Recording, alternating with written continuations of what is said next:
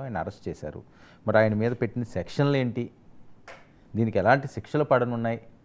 మరి ఇది కక్ష సాధింపు అంటున్న వైఎస్ఆర్ సిపి వాదనలో నిజం ఎంత ఉంది? మరి వంశీ తప్పు చేశారా లేదా? ఇవన్నీ చర్చిద్దాం. మనతో పాటుగా సింగళూరు శాంతిప్రసాద్ గారు, జనసేన సీనియర్ నాయకులు, ప్రముఖ న్యాయవాది మనతో పాటుగా లైవ్లో జాయిన్ అయ్యారు. అలాగే YCP joint secretary Karumuri Venkatareddy గారు కూడా జాయిన్ అయ్యారు. శాంతిప్రసాద్ గారు నమస్తే. నమస్తే వర్మ గారు, నా వాయిస్ వినిపిస్తుంది. శాంతిప్రసాద్ గారు, వల్లభనేని వంశీ అరెస్ట్, ఇదిగో అరెస్టు అదిగో అరెస్టు అన్నారు. అప్పుడే 9 నెలల నుంచి జరుగుతున్నది ఈ చర్చ.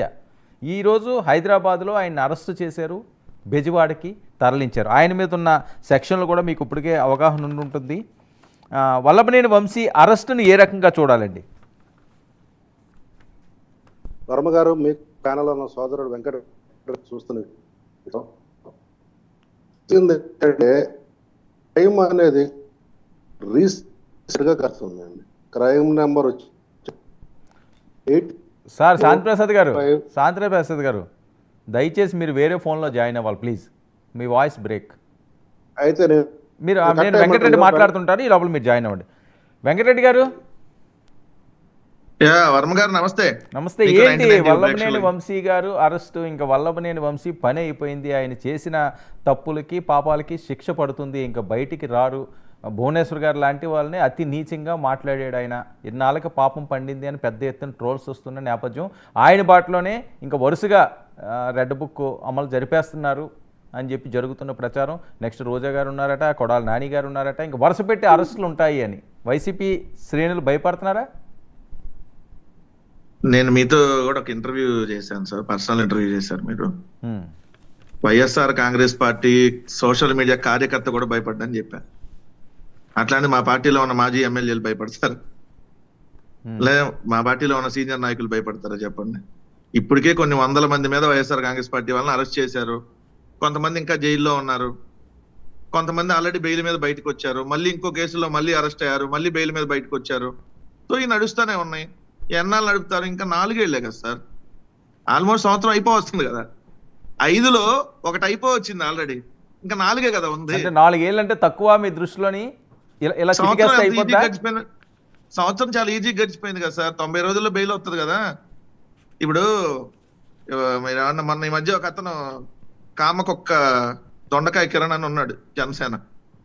ఆయన ఒక మహిళను చంపేసి 40 రోజుల్లో బెయిల్ మీద బయటకు వస్తా అన్నాడు. ఏది చంపేస్తా అన్న అతని మీద ఇప్పటివరకు కేసు నమోదు కాల. కానీ వల్లభనేని వంశీది మరి కేసు నిన్న పెట్టారంట, కేసు వాళ్ళు అరెస్ట్ చేశారంట.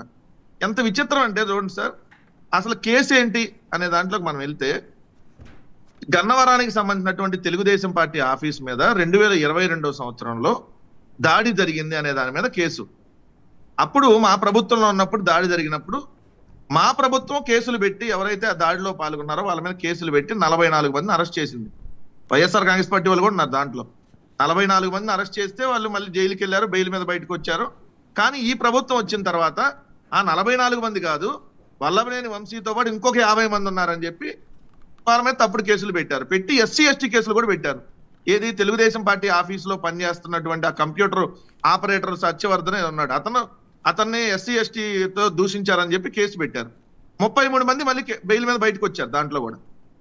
అయితే ఎవరైతే సత్యవర్ధన్ అనే అతను ఉన్నాడో అతను న్యాయమూర్తి గారి దగ్గరికి వెళ్ళి మొన్న 10వ తారీఖు సార్, ఇవాళ 13వ తారీఖు, ఇవాళ 13 అండి, మొన్న 10వ తారీఖు అతను న్యాయమూర్తి గారి దగ్గరికి వెళ్ళి, సార్ అసలు నేను ఆ రోజు ఆఫీస్లోనే లేను, నా పోలీసులు నా మీద తప్పుడు నేను పెట్టినట్టుగా కేసు పెట్టారు పోలీసులు, అసలు నన్ను ఎవరు వైఎస్ఆర్సీపీ వాళ్ళు దూషించడానికి అసలు నేను అక్కడ లేను కదా అని చెప్పి ఆయన వెళ్ళి విత్డ్రా చేసుకున్నాడు. ఆయన అఫిడవిట్ సబ్మిట్ చేసి వచ్చాడు. అయితే ఇప్పుడు ఆయనంట బెదిరించి వైఎస్ఆర్ కాంగ్రెస్ గన్నవరం మాజీ శాసనసభ్యులు వంశీ గారంటే ఆయన బెదిరించి కిడ్నాప్ చేసి ఏది వాంగ్మూలం చెప్పించారని చెప్పి అఫిడవిట్ వేయించారని చెప్పి పోలీసులు ఆల్రెడీ నిర్ధారణకు వచ్చారంట. ఏది 10వ తారీఖు ఈయన వెళ్ళి జడ్జి గారి సమక్షంలో చెప్పినాక 11, 12వ తారీఖు బాగా నిర్ధారణకు వచ్చి ఇవాళ 13వ తారీఖు పొద్దున్నే ఆయన మైహోం భూజాలో ఉంటాడు హైదరాబాద్ లో. సో అక్కడికైతే వెళ్ళి నోటీసులు ఇచ్చి ఇప్పుడు విజయవాడ తీసుకొని వస్తున్నారు.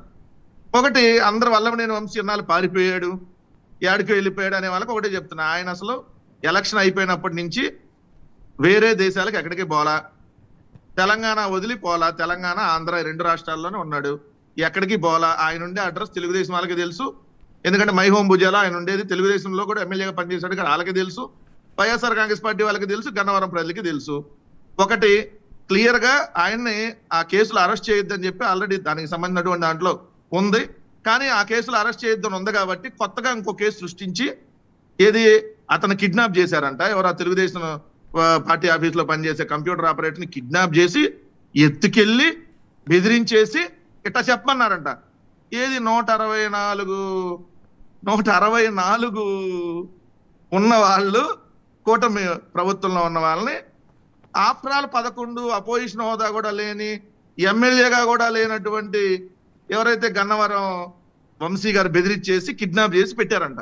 పోలీసులకు పాపం ఎంత కరం పట్టింది పోలీసులకు చూడండి.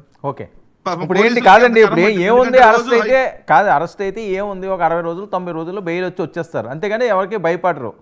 తప్పు చేశారని ఎందుకు భయపడతాం సార్? కాదు సార్, మేమన్నా భయపడి వాళ్ళతో వెళ్తా ఏమన్నా వెళ్ళి కలిసి అమ్మ మేము జీవితంలో ఎమ్మెల్యే అవ్వలేము అని చెప్పి వాళ్ళతో వెళ్తే ఏమైనా కలవటానికో, లేదంటే అరెస్ట్ అవ్వగానే ఏడిసి, లేదంటే ఢిల్లీ వెళ్ళి పారిపోయి ఆలకాలు ఇలకాలు పట్టుకొని బెయిల్ తెచ్చుకోవడానికో కాదు కదా. ఇవాళ కాదు రేపు వస్తుంది, రేపు కాదు ఎల్లుండి వస్తుంది, లేకపోతే ఇంకో కేసు పెడతారు, మళ్ళీ అరెస్ట్ అవుతాం, మళ్ళీ వస్తాం. దాని గురించి ఎవడు భయపడుతున్నాడు?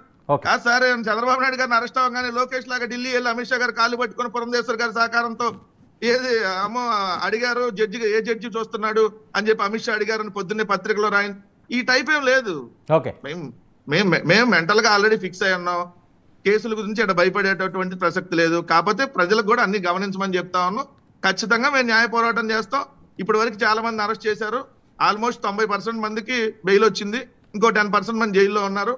మళ్ళీ వస్తారు, ఏముంది దాంట్లో, మళ్ళీ బయటకు వస్తాం, మళ్ళీ కేసు పెడితే మళ్ళీ వెళ్తాం, మళ్ళీ బయటకు వస్తాం. ఏంటి ఇప్పుడు రోజా గారు కాదండి, రోజా గారు, నాని గారు వీళ్ళందరూ కూడా ముందస్తు బెయిల్కి అప్లై చేసుకుంటున్నారా సార్? ఒకటి వాళ్ళు కేసులు పెట్టినప్పుడు బెయిల్కి సంబంధించి ఖచ్చితంగా అప్లై చేస్తారు. That's the procedure. ఇప్పుడు కేసు పెట్టినప్పుడు ఏంది, ఇప్పుడు తప్పుడు కేసులు పెట్టినప్పుడు ఖచ్చితంగా ఎవరైనా బెయిల్ మీద అడుగుతారు కదా. బెయిల్ కోసం వెళ్ళడంలో తప్పే ఉంది దాంట్లో. సో చంద్రబాబు నాయుడు గారు ప్రస్తుత ముఖ్యమంత్రి దేని మీద ఉన్నారు సార్?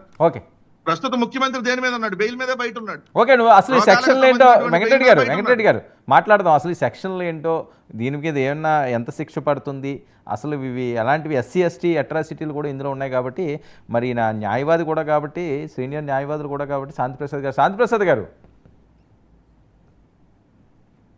మీకు ప్యానల్ ఉన్న సోదరుడు వెంకటరెడ్డికి చూసినట్టు నమస్కారం సరే. ఇప్పుడు వల్లభనేని వంశీ వైసీపీ ఎమ్మెల్యే ఎప్పుడయ్యాడో, ఎప్పుడు మాజీ ఎమ్మెల్యే అయ్యాడో నాకు తెలుసు. అతను మాజీ ఎమ్మెల్యే అయితే తెలుగుదేశం పార్టీ మాజీ ఎమ్మెల్యే, అసెంబ్లీ రికార్డ్స్ ప్రకారం. అవును. మరి